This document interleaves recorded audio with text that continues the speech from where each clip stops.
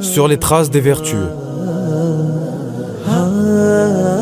Le récit de ces hommes qu'il convient à chacun d'entre nous de prendre pour exemple, espérant ainsi marcher sur les traces des vertueux.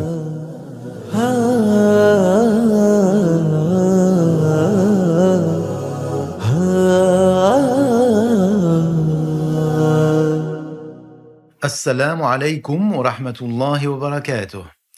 Je suis ravi de vous retrouver, chers auditeurs de Radio Sunnite, la voix de la PBIF, pour une nouvelle interview du docteur Mamdouh, dans votre chronique sur les traces des vertueux, et qui sera consacrée ce soir à Othman ibn Affan, le troisième calife bien guidé, que Dieu l'agrée. Barakallahu fikum. Merci de me recevoir. Je vais en effet parler aujourd'hui de l'émir des croyants, Othman ibn Affan, que Allah l'agrée. Il se nomme Abu Abdillah Othman ibn Affan, le fils de Abu al-As. Son ascendance rencontre celle du prophète en la personne de Abd Manaf. Il a été surnommé Dhunnurayn, l'homme aux deux lumières, car il a épousé deux filles du prophète sallallahu alayhi wa sallam, l'une après l'autre, Ruqayyah puis Kulthum. Quel honneur, masha'Allah. Pouvez-vous nous décrire comment il était et nous dire quelques mots sur son entrée en islam? Sayyidina Othman, radiyallahu anhu, était de taille moyenne, ni petit ni grand. Il avait un beau visage, blanc, teinté de rougeur. Il avait la barbe fournie, de longs avant-bras que couvrait sa pilosité. Il avait renforcé ses dents avec de l'or. Il est né 6 ans après l'année de l'éléphant. Il est entré tôt en islam. Sur les mains de qui? De notre maître Abu Bakr, radiyallahu anhuma. Il fait donc partie des premiers à être entrés en islam et il a accompli les 2 émigrations. Les 2 émigrations, vous voulez dire celle de l'Abyssinie et celle vers Médine. Exactement. Et concernant son califat, quand est-ce qu'il est devenu calife?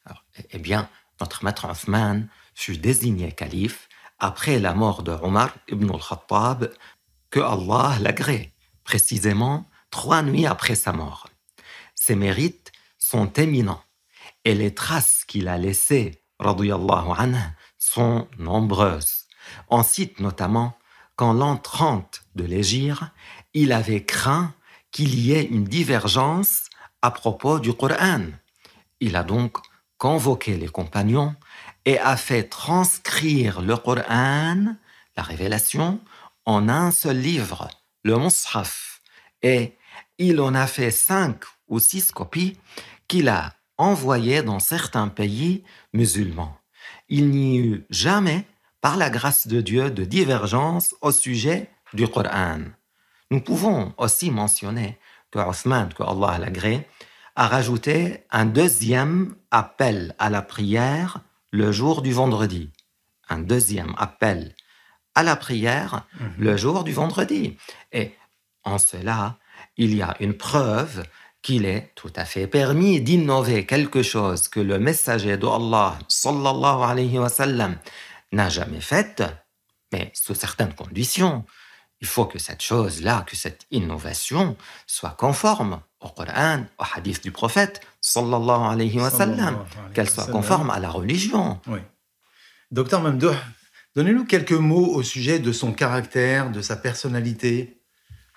Sayyidina Othman, radiyallahu anhu, était ascète, détaché du bas monde. Il a dépensé ses biens dans la voie que Allah l'agrée. Othman, radiyallahu anhu, a lui-même préparé l'armée dite de la difficulté, Jayshul Usra. Il a équipé 1000 cavaliers. Le messager de Allah, alayhi salatu wassalam, a dit à son sujet à 3 reprises: Allahumma inni qad raditu an Othman, farda anhu. 3 fois, ce qui signifie: Oh Allah, je suis satisfait de Othman, alors agrée-le.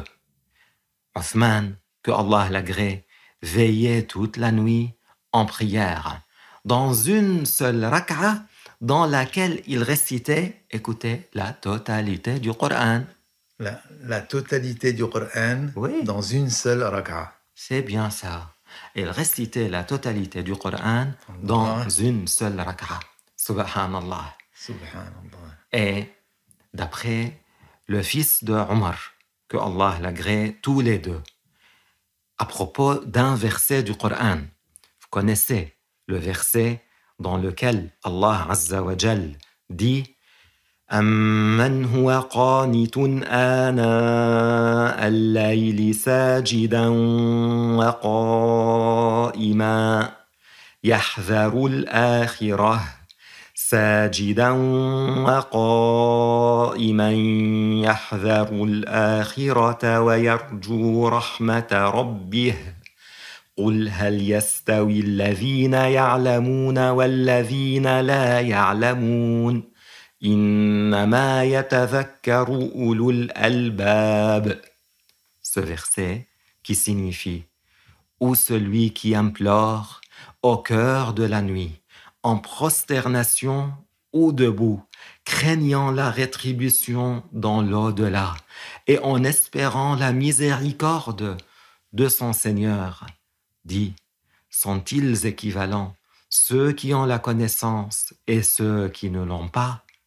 Ne réfléchissent correctement à propos des arguments que ceux qui sont dotés de raisons saines.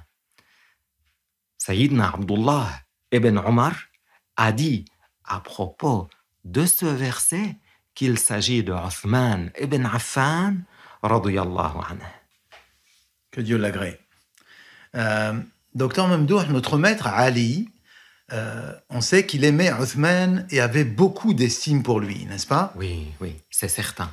Nous n'avons pas le temps de donner toutes les preuves dans ce programme, mais par exemple, notre maître Ali, que Allah l'agrée, a dit de notre maître Othman, c'était le beau-fils du messager de Allah, sallallahu alayhi wa sallam, par son mariage avec ses deux filles, l'une après l'autre. Il lui a garanti une résidence au paradis. Sayyidina Othman, il avait épousé deux filles du prophète, alayhi salatu wassalam, l'une après le décès de l'autre. Et d'ailleurs, notre maître Ali, radiyallahu anhu, a dit également à propos de notre maître Othman qu'il était celui d'entre eux qui entretenait le mieux les liens de proche parenté et celui qui craignait le plus son Seigneur. Très bien. Alors, pour terminer cette interview, je vous propose de nous parler des circonstances de sa mort. Notre maître Othman, que Allah l'agrée, a été assiégé. Il était le calife et il a été assiégé par un groupe de gens qui avaient délibérément quitté son obéissance. Ils l'ont assiégé dans sa maison, empêchant qu'on lui fournisse de l'eau. Les fils des plus grands compagnons étaient restés devant la porte de sa maison pour le défendre, comme nos maîtres Al-Hassan, Al-Hussein, Muhammad ibn Talha, Abdullah ibn Az-Zubayr, que Allah les agrée. Mais, masha'Allah, malgré cela, certains de ceux qui faisaient le siège ont escaladé le mur pour rentrer et ils ont assassiné notre maître Othman, radiyallahu anhu, qui est mort martyr.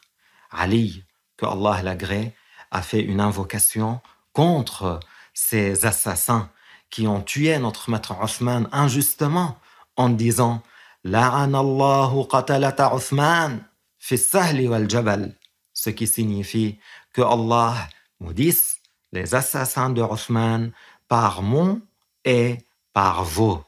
Son assassinat eut lieu le vendredi 18 Dhul Hijjah de l'an 35 de l'Hégire, dans le temps de la prière du Asr.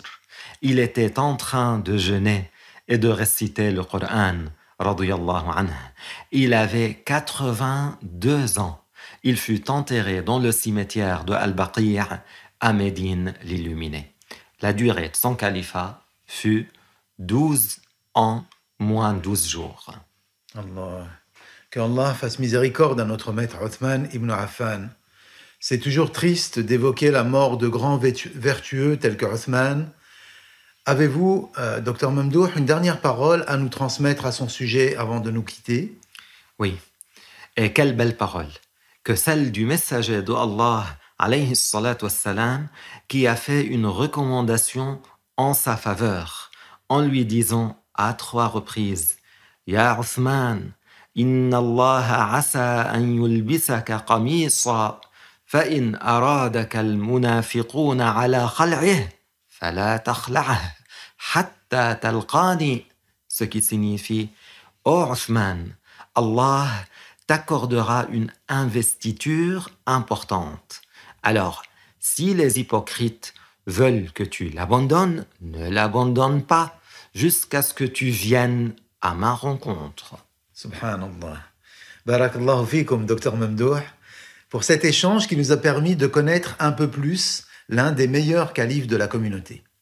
J'ai hâte de vous retrouver pour une nouvelle interview au sujet d'un autre grand homme. En attendant, chers auditeurs, chères auditrices, pensez à partager cette vidéo pour faire connaître notre maître Othman autour de vous. Likez la vidéo et abonnez-vous à la chaîne APBIF-officielle pour ne pas manquer nos prochaines émissions. Barakallahu fikum, wassalamu alaykum wa rahmatullahi wa barakatuh.